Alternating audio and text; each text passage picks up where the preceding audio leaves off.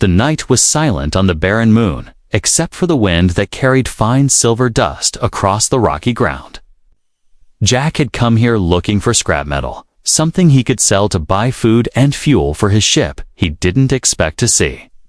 Smoke rising in the distance. It wasn't the kind of smoke from a campfire, which was darker.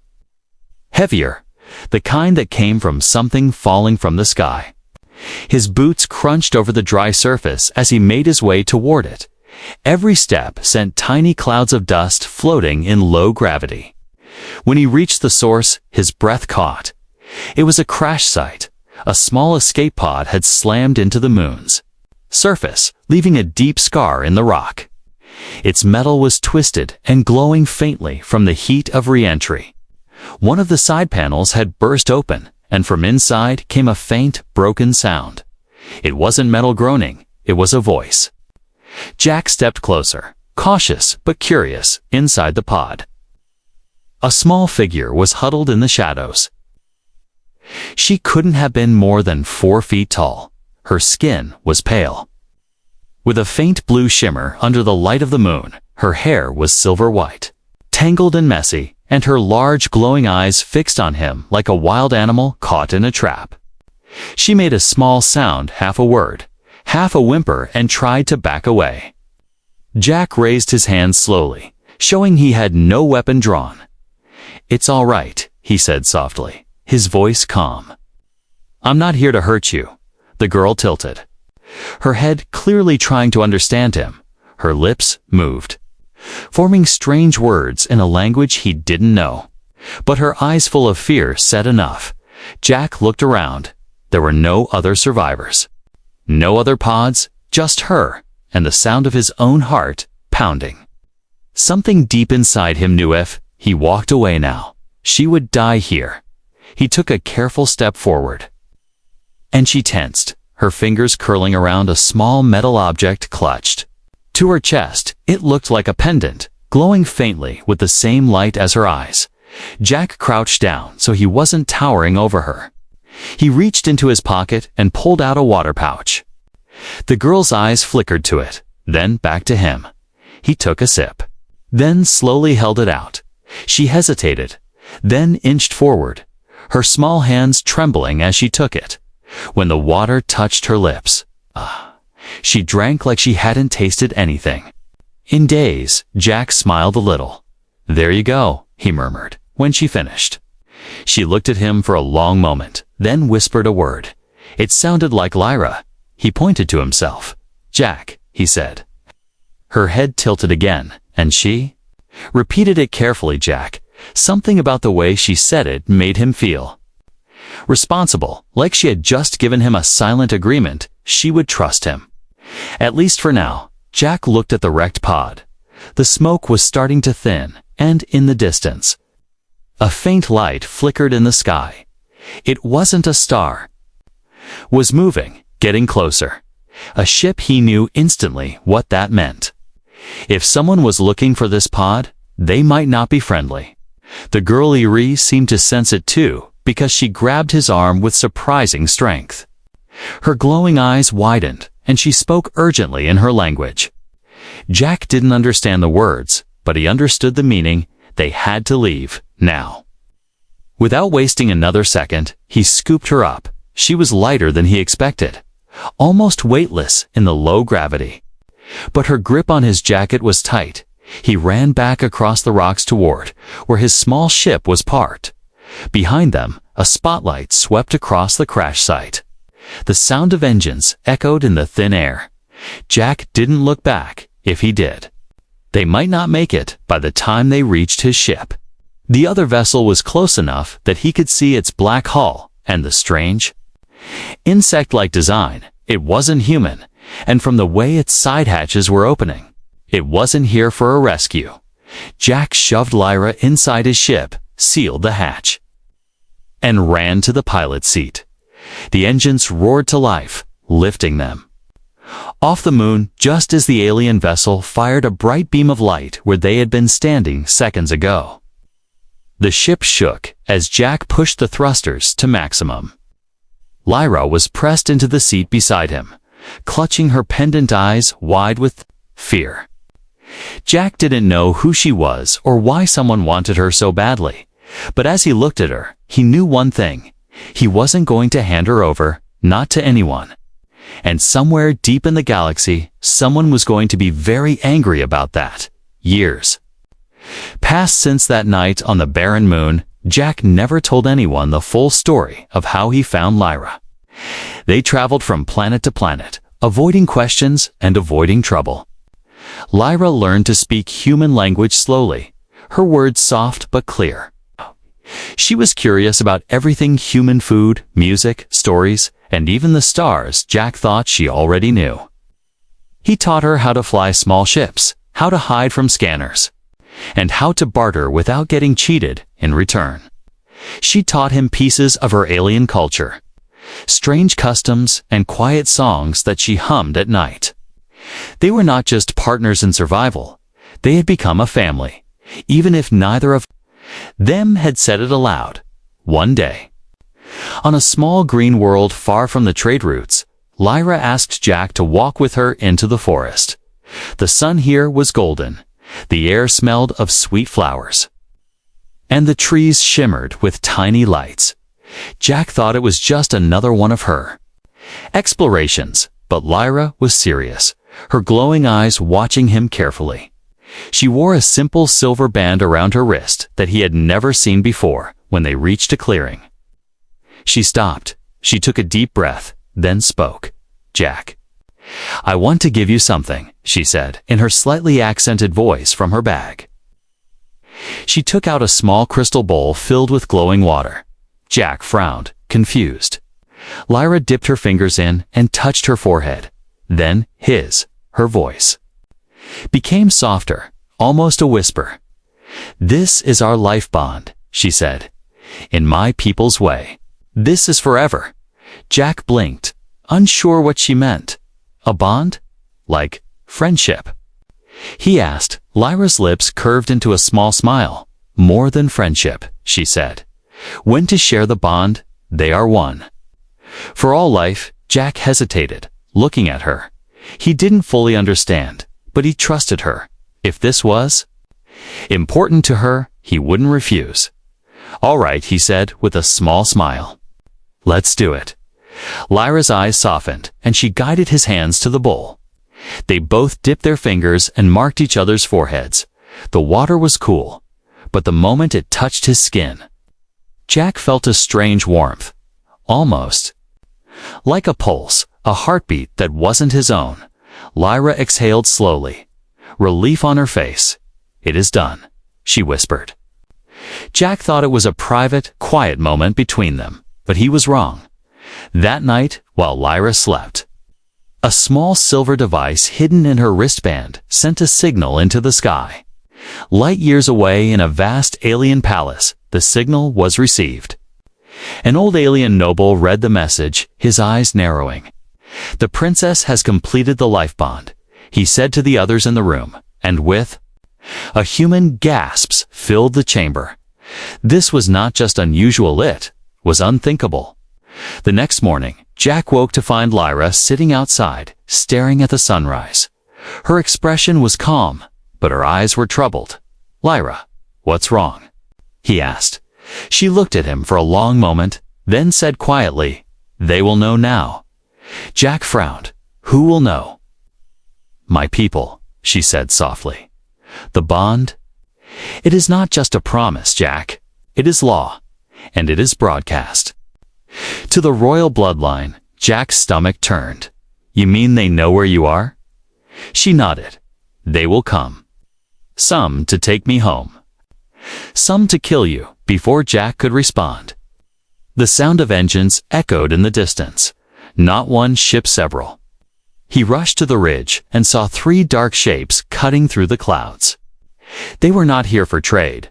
Lyra stood beside him, her voice calm but firm. "If they ask, I will not leave you." Jack glanced at her. He saw no fear in her face, only quiet determination. But deep inside, he knew this was not the end of their running. This was the beginning of something much bigger. As the ships drew closer, Jack's mind raced. He didn't know the full weight of what he had agreed to. But the moment Lyra had touched his forehead with that glowing water, something had changed. She was not just an alien girl he had saved years ago. She was his wife now, at least in her people's eyes. And somewhere in the galaxy, powerful forces were already moving. Some would want to separate them. Others would want to use them, and Jack had the sinking feeling that whatever came next would not be peaceful. The ships landed in the clearing beyond the forest. Figures in silver armor stepped out, their weapons gleaming under the golden sun. Lyra took Jack's hand in hers. Her voice was steady as she whispered, "Whatever happens, we face it together." Jack squeezed her hand back. Together, they stepped forward to meet the strangers, unaware that the decision they had made in that quiet forest would soon set fire to the entire galaxy.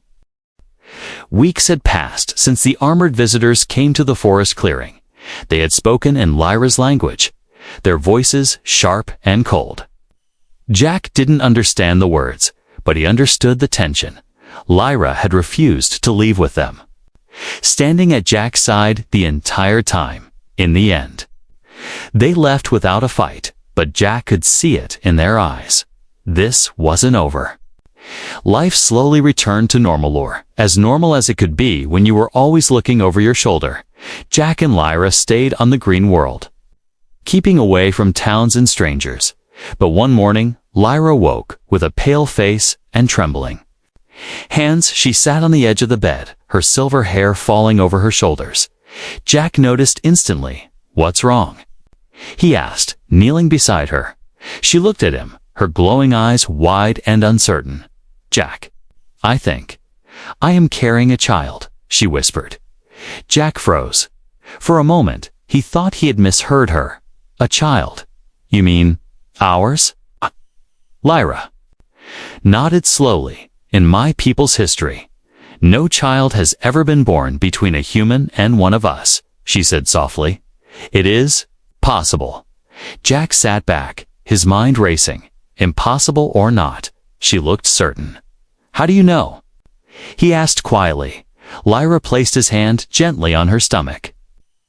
"I can feel him," she whispered, "like I can feel my own heartbeat." Jack's thoughts tangled with fear and awe. A human alien child, what would that even mean? Before he could ask, Lyra's voice grew more serious. "If my people learn of this, they will come, not to celebrate, but to take the child away." Jack's chest tightened. "You think they'd take our baby?" "They will say it is for safety," Lyra replied. "But the truth, they will see him as a weapon or a threat." From that moment, Jack's life had a new focus. It wasn't just about keeping Lyra safe anymore. It was about protecting the life growing inside her. They moved deeper into the forest, building a hidden shelter near the mountains. Jack rigged old scanners to warn them if ships entered the atmosphere. Lyra spent her days in the quiet, sometimes humming old alien lullabies. At night, she and Jack would sit outside, watching the stars. "Somewhere up there," she murmured one night, "are people who would kill to control our child." Jack didn't answer, but his hand found hers.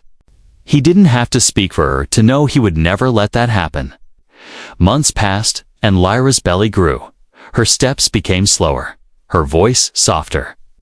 Jack took on more of the daily work, hunting, gathering, repairing the ship in case they needed to flee. But one afternoon, while he was returning from a supply trip, the forest seemed wrong. The air was too quiet. Birds that usually sang in the trees had vanished. Then he saw burn marks on the ground, the kind left by a landing ship. His heart began to pound. He dropped the supplies and ran toward their home. When he reached it, he saw Lyra standing at the doorway, clutching her stomach.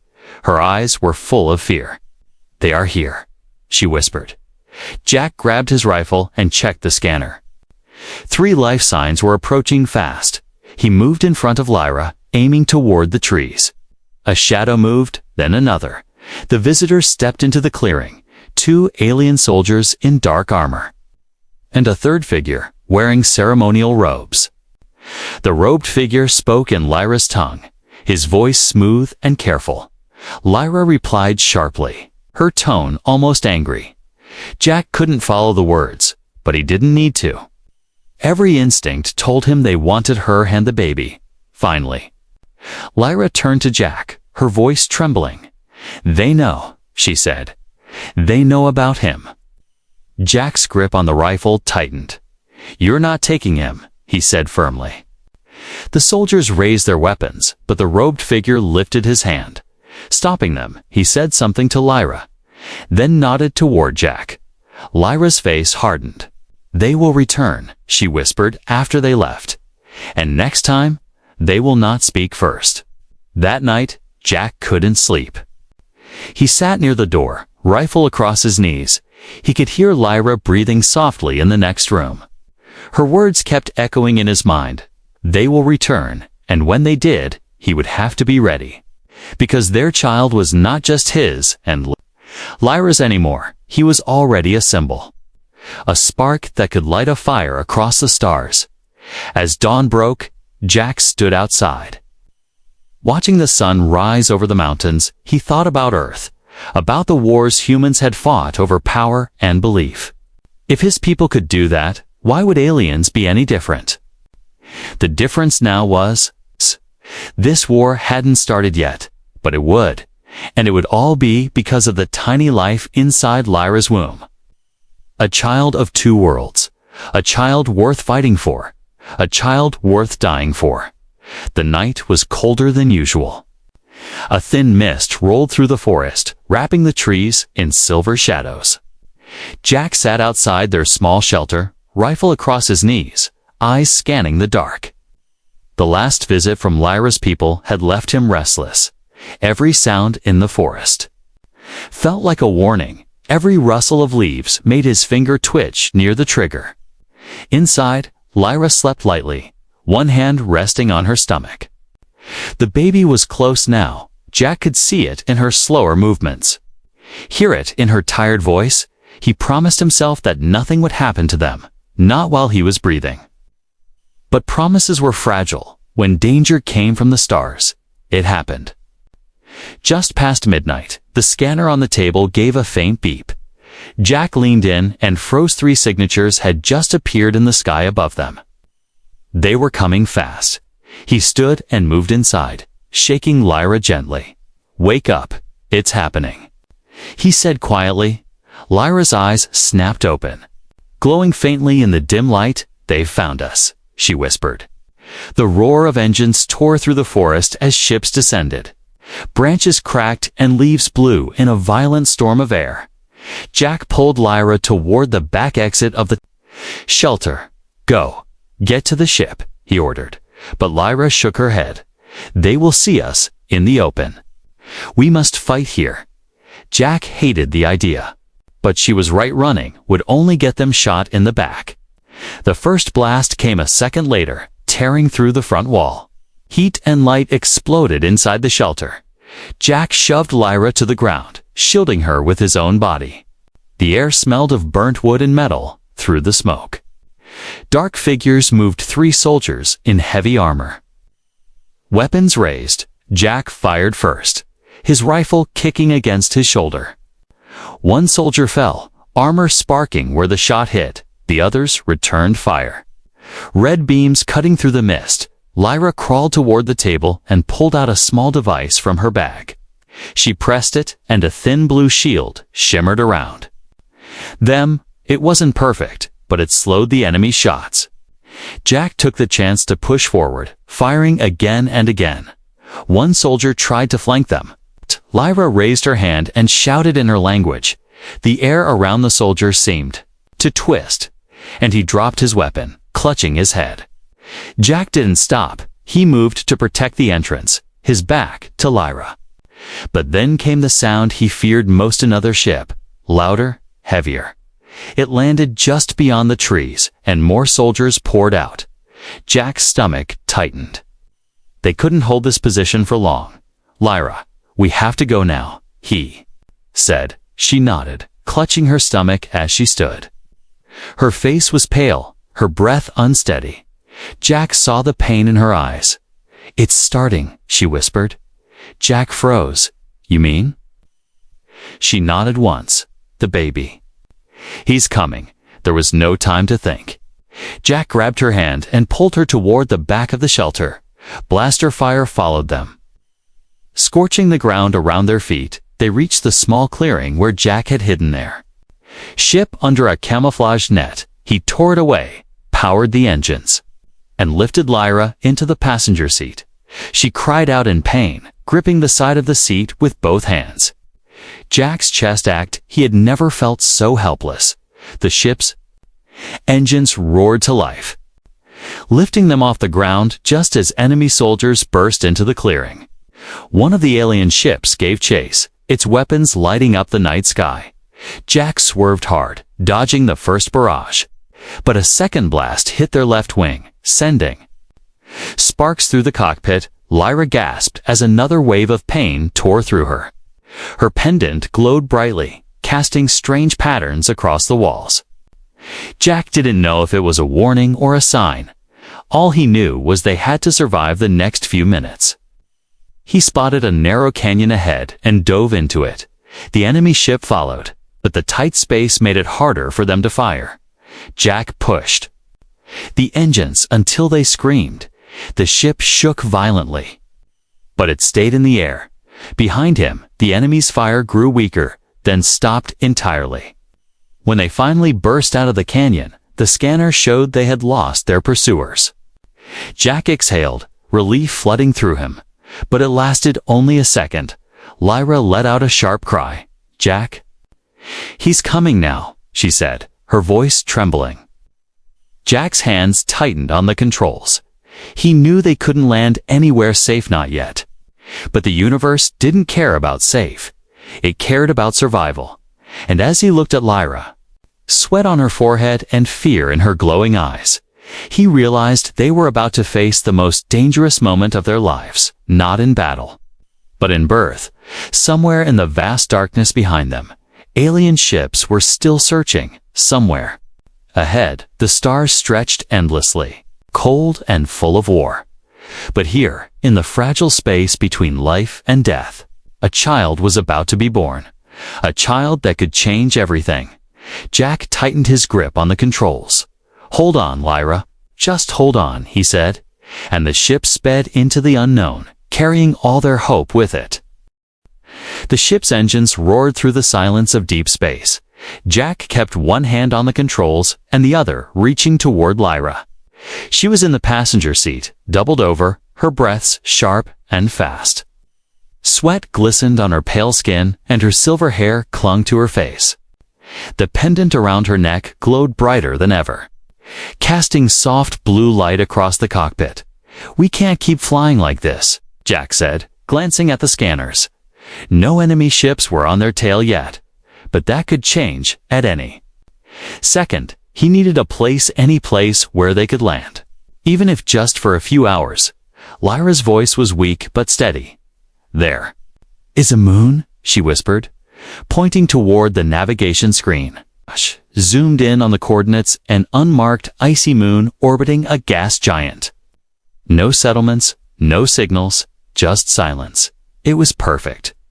Or maybe it was just the only choice they had. He pushed the thrusters, and the ship dove toward the moon's frozen surface. The landing was rough. The ground cracked beneath the skids, sending ice dust swirling into the air. Jack unbuckled quickly and knelt beside Lyra. Her breathing was ragged, but her eyes burned with determination. "It's time," she whispered. Gripping his hand, they didn't have a medbay. Only a small storage area in the back. Jack laid out blankets, trying to make it warm. The air was cold enough to sting his lungs, and the thin atmosphere made it harder to breathe. But Lyra didn't seem to notice. Her focus was on bringing their child into the world. Minutes stretched into hours, each one filled with her quiet cries and his whispered encouragement. Jack had fought battles, faced death, and stared down alien warships, but nothing had ever made him feel this helpless. Finally, a small sound broke through the tension, a sharp, thin cry. Jack's chest tightened, and for a moment, the cold didn't matter anymore. Lyra cradled the newborn, her glowing eyes wet with tears. "It's him," she whispered. The baby's skin was pale like hers, but warmer in tone. A faint shimmer ran under the surface, almost like liquid light, but what caught Jack's breath was the mark right. In the center of the child's forehead, just above his brow, was a glowing symbol. It wasn't random, it was shaped like two spirals meeting in the middle, forming a perfect circle. The light pulsed softly, in rhythm with the baby's heartbeat. Lyra gasped when she saw it. Her hands trembled, and she looked at Jack with awe and fear. "This is the crest of unification," she said in a hushed voice. Jack frowned. "The what?" She looked down at the baby, then back at him. "In my people's oldest stories, there is a prophecy that one day a child will be born who can unite the divided empires, human and alien, enemies who have fought for centuries." Jack's gut twisted. "You mean they'll see him as a symbol?" Lyra shook her head slowly. "No. They will see him as power." Her voice broke slightly. "And power is something they will kill to control." Jack felt the weight of her words sink in. This tiny life barely hours old was already the center of something much bigger than any of them. He thought of the soldiers who had chased them, the warlords, the factions who would stop at nothing. They weren't just parents now, they were protectors of a future neither of them had asked for. Lyra shifted, cradling the baby close. "He will need to be strong," she whispered, "stronger than both of us." Jack reached over and touched the baby's small hand. It was warm, gripping his finger with surprising strength. For a moment, the fear faded, replaced by something else: hope. Maybe, just maybe, this prophecy didn't have to end in blood. But the moment was short-lived. The ship's scanner beeped. Jack's head snapped toward the cockpit. To ships had just entered the moon's orbit. They were coming in fast. Lyra's eyes went wide. "They found us," she said, her voice tight. Jack's mind raced. They couldn't fight, not with Lyra recovering and the baby so fragile. They had to escape, but the ship's fuel was low. The last jump had drained most of their reserves.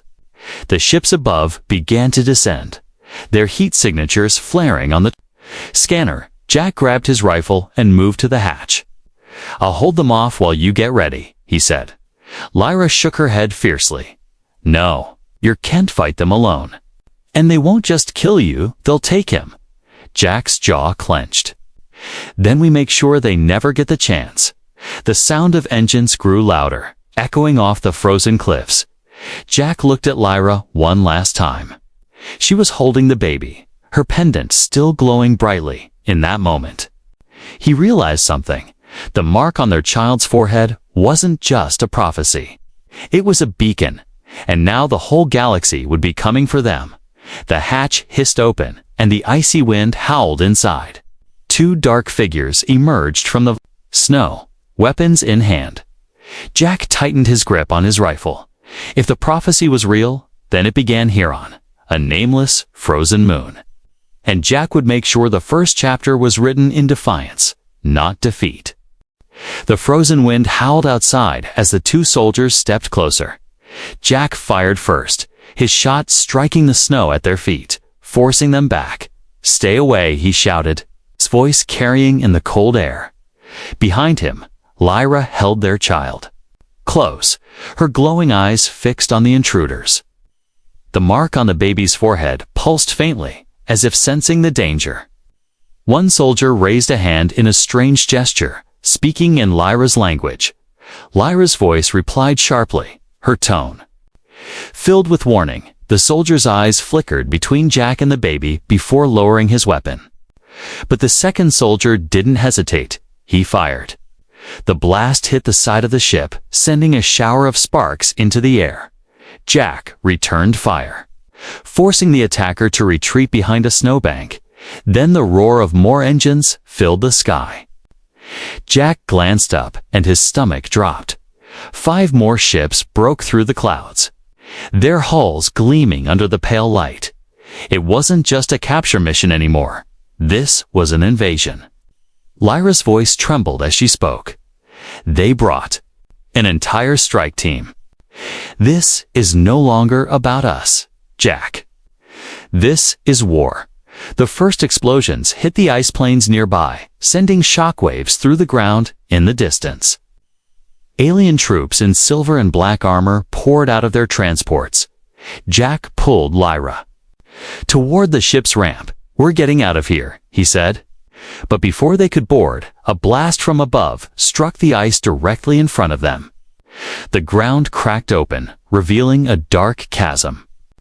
Jack barely pulled Lyra back in time. The baby began to cry, his small voice cutting through the chaos. The mark on his forehead blazed brighter than ever, casting an eerie blue light across the snow.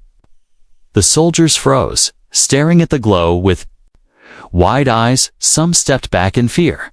Others whispered urgently into their comms. Jack didn't understand their words, but he understood the effect the child's mark terrified them. In orbit above the moon, a massive flagship appeared.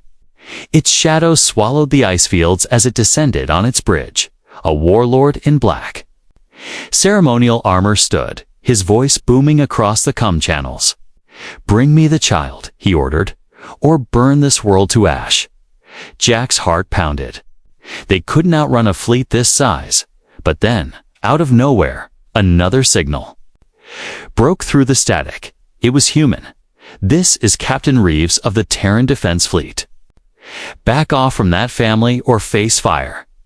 Jack looked up, hope flickering in his chest. From behind the gas giant, human warships emerged, their cannons already charging. The sky above the frozen moon exploded into chaos. Lasers streaked across the darkness. Ships danced between bursts of fire. The ground shook as debris rained down from the battles above. Lyra turned to Jack, urgency in her voice. "This is the moment. If we leave now, we can escape in the chaos." Jack nodded, pulling her and the baby toward the ship. He powered the engines, lifting them off the ground. But the warlord's flagship locked onto them immediately, firing a beam of searing light that cut through the clouds. Jack dove sharply, barely avoiding the hit. Over the comm, Captain Reeves' voice returned. "Head to Grid 9. We'll cover your escape." Jack swung the ship toward the coordinates, weaving between wreckage and enemy fire. In the rear viewport, he saw Lyra watching the battle, her expression torn between fear and sorrow. "These deaths, all for him," she whispered, glancing down at the child in her arms. Jack tightened his jaw. "No. They're fighting to make sure he has a future." But the warlord wasn't giving up. His flagship moved to block their path, massive cannons glowing with energy. Jack knew their small ship couldn't survive a direct hit. Then, the baby's mark began to pulse faster, the light intensifying until the cockpit was bathed in blue. The ship's instruments flickered wildly, strange symbols flashing on the screens. Lyra gasped. "It's the prophecy. It's starting without touching the controls." The ship veered upward, straight toward the center of the battle. Enemy fire missed by inches, as if guided away by an unseen hand. The mark's glow spread through the hull, making every surface shimmer. On the flagship's bridge, the warlord froze, his eyes locked on the glowing ship. "Impossible," he muttered. He gave a sudden order. "All forces, stand down," in seconds. The battlefield fell eerily silent. Ships stopped firing, the roar of engines replaced by stillness. Jack's ship hovered in the center of it all, the light from the mark shining across the stars. The warlord's voice came again, this time quieter. "The child lives. And so the war begins." Jack's hands gripped the controls. He didn't know what the warlord meant, but he knew one thing: this was only the first battle. Lyra leaned close, whispering as she rocked the child. "We have to be ready for what comes next." Jack nodded, his gaze fixed on the endless black of space. Because somewhere out there, across countless worlds, the war for their child's future had already begun. The battlefield above the frozen moon hung in silence. Human ships and alien warships floated in a tense standoff. Weapons still armed, but unmoving. The glow from the mark on the child's forehead cast soft light through the cockpit. Jack kept his hands on the controls, ready to move if even one. Enemy ship fired. Lyra sat beside him, cradling the baby as if her arms were the only safe place left in the galaxy. Over the come. The warlord's voice broke the silence. Human. Alien princess. Hear me. His deep tone rolled like thunder. That child belongs to the stars, not to you. Jack's jaw clenched. He's our son, he said firmly. He belongs with his family. Lyra's glowing eyes narrowed. You speak of destiny, warlord. But destiny is not yours to control. The warlord didn't answer right away. When he spoke again, his voice was quieter, almost thoughtful. The prophecy says the child will unite or destroy. It does not say who will guide him, Jack. Didn't like the sound of that. He could feel at every ship here was waiting for one decision. A decision that could either stop this war before it started, or set it ablaze. Captain Reeves' voice crackled over the comm.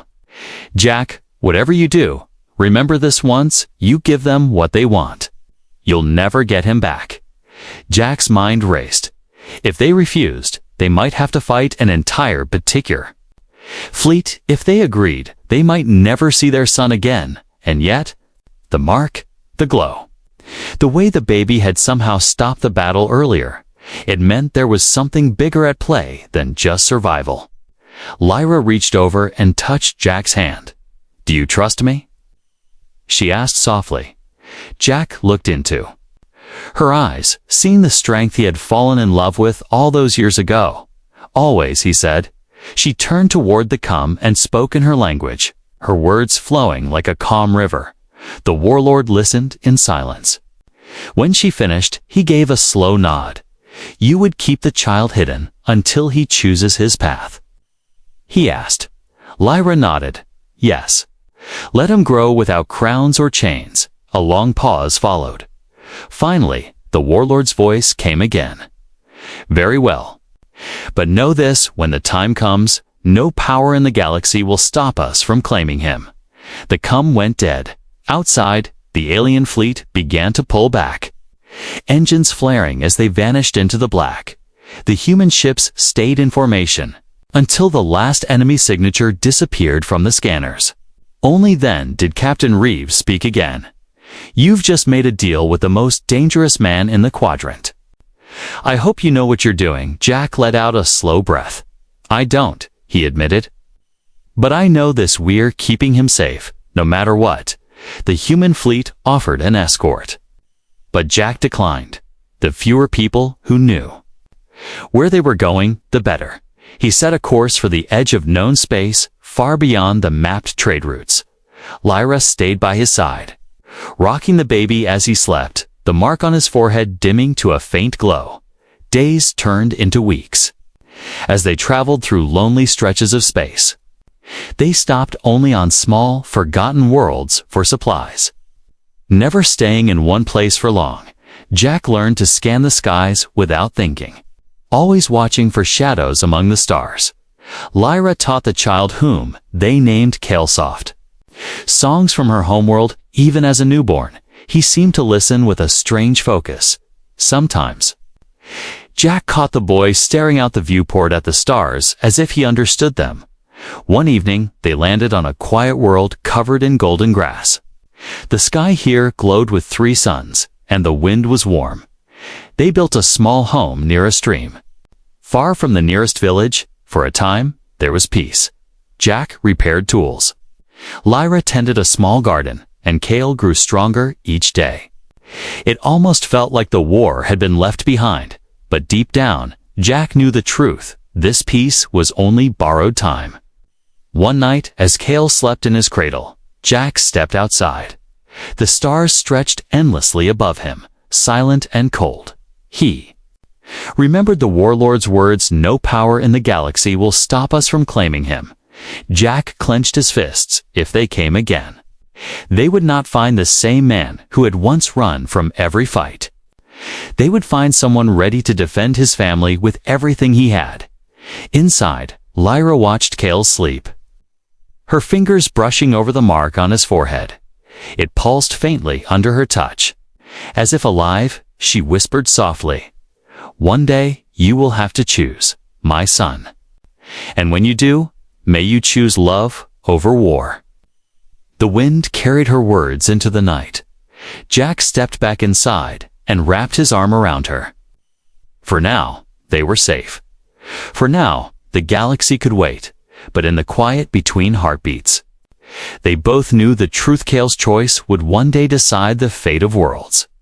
And when that day came, the stars themselves would bear witness to the choice that changed the galaxy.